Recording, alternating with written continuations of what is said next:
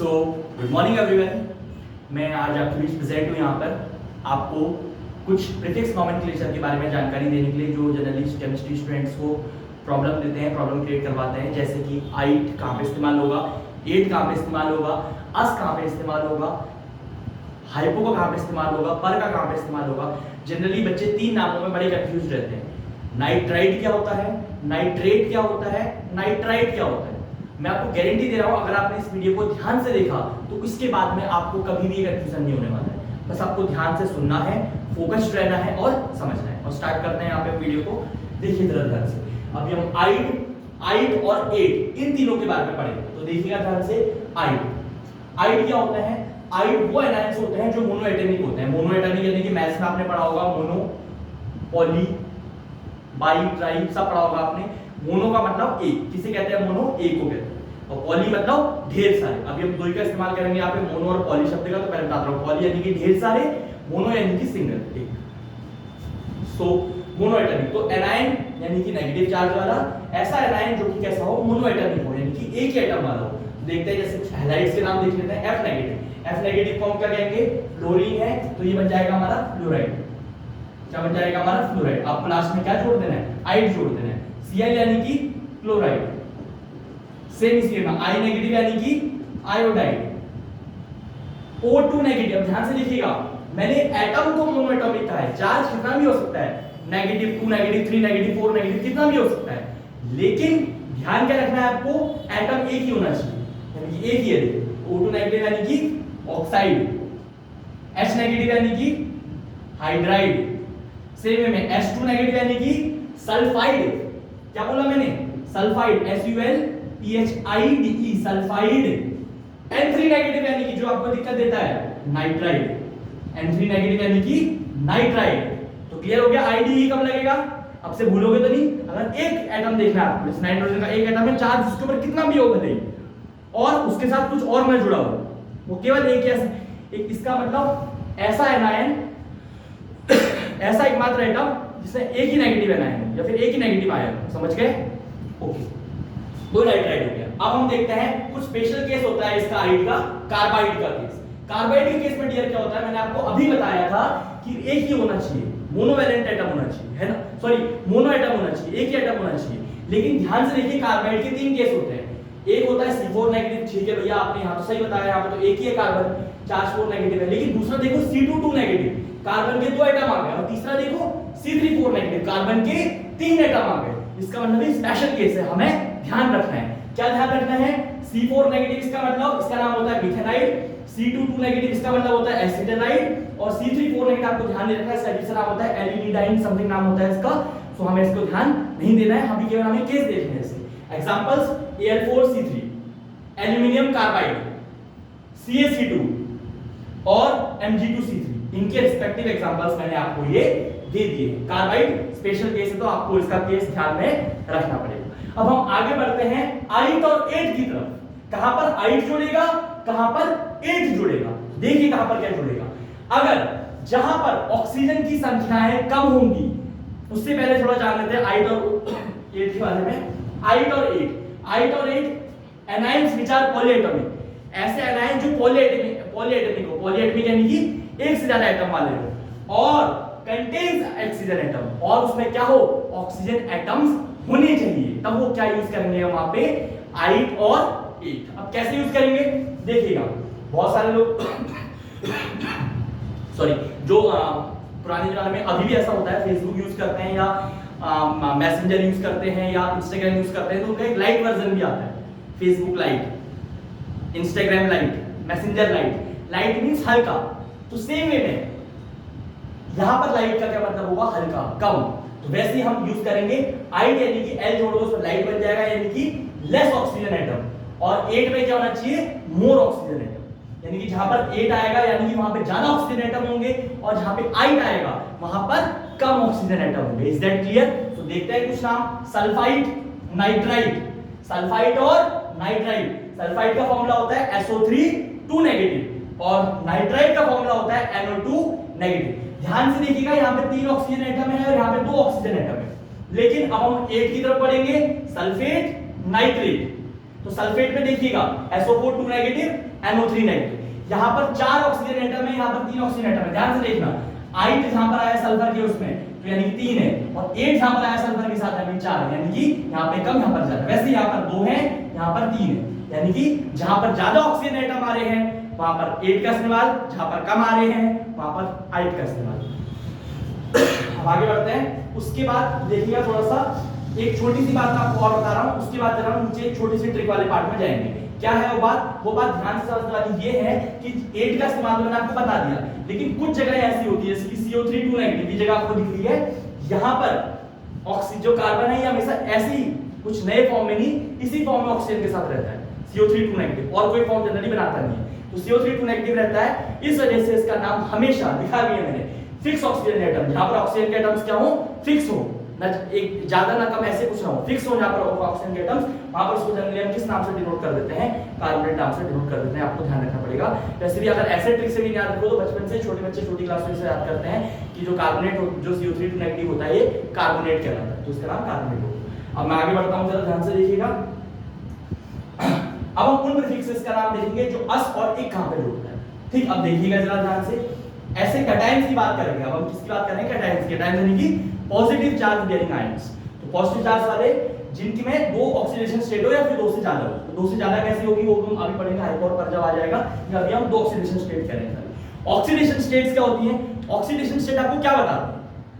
Oxidation state आपको बताती है किसी भी एलिमेंट के, किसी भी एटम की कितनी कैपेबिलिटी है कि वो कितने इलेक्ट्रॉन गेन कर सकता है या कितने इलेक्ट्रॉन्स को लूज कर सकता है। ठीक है, अगर कोई +3 यानी कि 3 इलेक्ट्रॉन को गेन कर सकता है, लूज। अगर किसी की ऑक्सीडेशन स्टेट 3 है यानी कि वो 3 इलेक्ट्रॉन गेन करेगा या लूज करेगा, ये उसके फिर साइन के ऊपर डिपेंड करेगा, +3 और -3। बहुत छोटी क्लास से पढ़ते हुए आ रहे हैं, ये क्लियर हो गया आपको। ऑक्सीडेशन स्टेट हाईएस्ट जो देखी गई है वो +8 हो सकती है। जो ट्रांजिशन एलिमेंट्स होते हैं जैसे कि ऑस्मियम हो गया या इरिडियम हो गया, इनमें आपको +8 शो कर सकते हैं। और मिनिमम जो गई है वो कार्बन की, वैसे हम कहते हैं -4 है, लेकिन ये कंपाउंड होता है आपका Al3Bc। इसमें बोरोन की जो ऑक्सीडेशन स्टेट होती है वो -5 शो होती है। क्या शो होती है? -5। और अगर किसी की ऑक्सीडेशन स्टेट 0 है, इसका मतलब वो न्यूट्रल कंपाउंड है, ना वो उसने डोनेट करा है ना उसने गेन करा है। ये क्लियर हो गया। एक चीज और मैं आपको अपनी स्टेट में फिर ऐसी स्टेट में, और एक चीज मैं आपको और क्लियर कर देना चाहता हूं थोड़ा सा, ऑक्सीडेशन स्टेट के बारे में आप 11th 12th में जाके पढ़ेंगे, जो 9th 10th के स्टूडेंट्स हैं उस बात का थोड़ा सा ध्यान दीजिए। ये क्लियर हो गया आपको। तो स्टार्ट करते हैं ऑक्सीडेशन स्टेट के बारे में, आपको के बारे में मैंने आपको बता दिया। और हाँ, ऑक्सीडेशन स्टेट क्या डेसिमल में हो सकती है, फ्रैक्शन में हो सकती है? बिल्कुल हो सकती है। -1/3 सबसे कॉमन ऑक्सीडेशन स्टेट होती है। इसका मतलब -1/3 ऑक्सीडेशन स्टेट होने का मतलब है किसी भी एटम के, किसी कोई भी एलिमेंट है उसका जो एटम है उसने अपने हर एक 3 बॉन्डिंग ऑर्बिटल से, अपने 3 बॉन्डिंग ऑर्बिटल, ये बड़ी क्लास में जाके पढ़ेंगे, बड़ी क्लास वालों को समझ में आएगा, 3 बॉन्डिंग ऑर्बिटल से एक इलेक्ट्रॉन को लूज कर दिया है, तभी -1/3 उसकी ऑक्सीडेशन स्टेट है।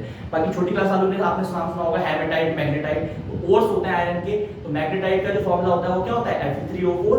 तो इसमें जो ऑक्सीडेशन स्टेट होती है वो फ्रैक्शनल होती है। Is that clear? तो आगे देखते हैं, चलिए हम अस और इक का इस्तेमाल कहां पे हो। तो जब लो ऑक्सीडेशन स्टेट हो, किसी भी कंपाउंड में ऑक्सीडेशन स्टेट जब नीचे वाली हो, कम वाली हो, तो वहां पे अस का इस्तेमाल होगा, और जहां पर हायर ऑक्सीडेशन स्टेट हो वहां पर इक का इस्तेमाल होगा। देखिएगा ध्यान से, Q+ Cu2 पॉजिटिव को कहते हैं, और Q' Cu2 पॉजिटिव को, यानी कि इसकी ऑक्सीडेशन स्टेट कितनी है? +1, और इसकी कितनी है? +2, यानी कि हाई वाले में इक आया और लो वाले में अस आया। आगे देखिए फिर से, फेरस सुना होगा आपने, फेरस Fe2 पॉजिटिव, यानी कि oxidation state +2, ferric oxidation state +3, यानी कि किसकी ज्यादा है? +3, तब इक के साथ। मर्क्यूरस, ये थोड़ा स्पेशल केस है, ध्यान से देखिएगा, बच्चे कंफ्यूज होते हैं। मर्क्यूरस आप जोश में आके Hg2 पॉजिटिव लिख दोगे, नहीं, Hg2 दो एटम होते हैं, Hg2 2 पॉजिटिव, और यहां पर देखिए मर्क्यूरी यानी कि Hg3 पॉजिटिव, तो ज्यादा किसमें है? 3 पॉजिटिव, यानी कि इक आया, कम आया, अस आया। कई जगह ऐसा भी लिखा होता है, आपने देखा होगा, कॉपर और ब्रैकेट के अंदर रोमन न्यूमरल्स में 1 लिखा होता है, और Q' जैसे इसकी ऑक्सीडेशन स्टेट 2 है, कॉपर और रोमन न्यूमरल्स में 2 लिखा होगा, देखा होगा आपने इसको। वैसे यहां पर भी होगा, आयरन ब्रैकेट में रोमन में 3, आयरन ब्रैकेट में रोमन में 2। ये क्लियर हो गया आपको। अब हम आगे बढ़ते हैं थोड़ा सा और देखते हैं जरा स्पेशल ट्रिक और केसेस जरा कैसे सॉल्व कर सकते हैं। जैसे कि सल्फ्यूरिक एसिड लिखा है, ध्यान से लिखिएगा, सल्फ्यूरिक एसिड लिखा है तो जो सल्फ्यूरिक एसिड और नाइट्रिक एसिड, आपको फॉर्मूला पता होना चाहिए। सल्फ्यूरिक एसिड का फॉर्मूला होता है H2SO4, नाइट्रिक एसिड का फॉर्मूला होता है HNO3। और नहीं पता होनी चाहिए आपको छोटी क्लास में।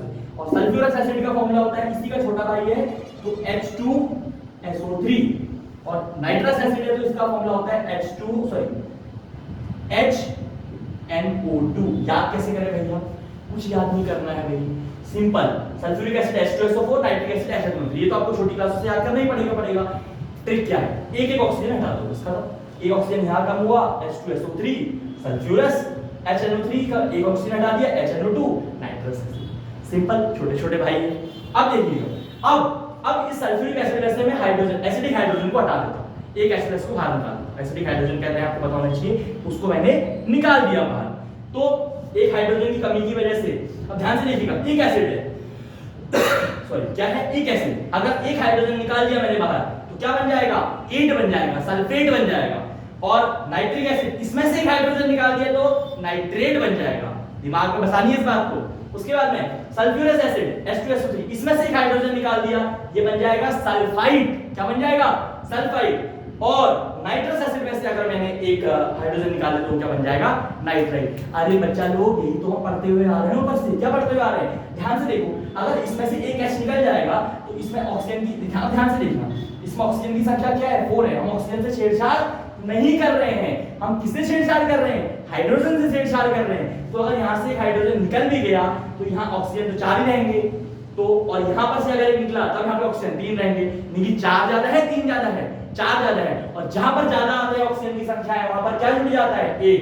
इसीलिए सल्फ्यूरिक का बन गया सल्फेट, नाइट्रिक का बन गया नाइट्रेट, सल्फ्यूरस का बन गया सल्फाइड, नाइट्रस का बन गया नाइट्रेट। केमिस्ट्री पूरा चालू है, आपके समझ में आने के ऊपर की बात है। आगे देखते हैं, लास्ट चीज इसी का इस्तेमाल करके देखिएगा, यहां पर भी काम हो जाएगा। Using prefixes like hypo and पर। हाइपो और पर का कहां पे इस्तेमाल होता है? देखिएगा, ClO negative, ClO2 negative, ClO3 negative, ClO4 negative, chlorine के 4 कंपाउंड बना दिए मैंने यहां पे, और चारों जगह अलग-अलग ऑक्सीडेशन स्टेटस रखे। तो अब यहां पर कैसे नाम लिखेंगे? तो आपको कुछ नहीं करना है। सबसे पहले आपको बीच वाले दो पकड़ लेना है। आपने बीच वाले दो पकड़ लिए, उसके बाद आपको क्या करना है? बीच वाले दो पकड़ने के बाद आपको ऑक्सीजन का नंबर किसमें ज्यादा और कम है देखना है। कहां पर ऑक्सीजन का नंबर ज्यादा और कम? यहां पे 2 है, यहां पे 3 है। तो कम वाले को क्या नाम देते थे? 8, और ज्यादा वाले को क्या नाम देते थे? 8। तो कम वाले को लिख दिया क्लोराइड और कम वाले को लिख दिया क्लोरेट। तो आपने कहा, अब आप कहोगे अरे आपने दो तो बता दिए, चलो ऊपर और नीचे का तो बताओ। बता रहे हैं, जाओ देखो ध्यान से। जो क्लोराइड के ऊपर आएगा, यानी कि क्लोराइड से भी कम ऑक्सीजन होंगे जिसमें, उसको हम कहेंगे हाइपोक्लोराइड। उसको हम क्या कहेंगे? हाइपोक्लोराइड।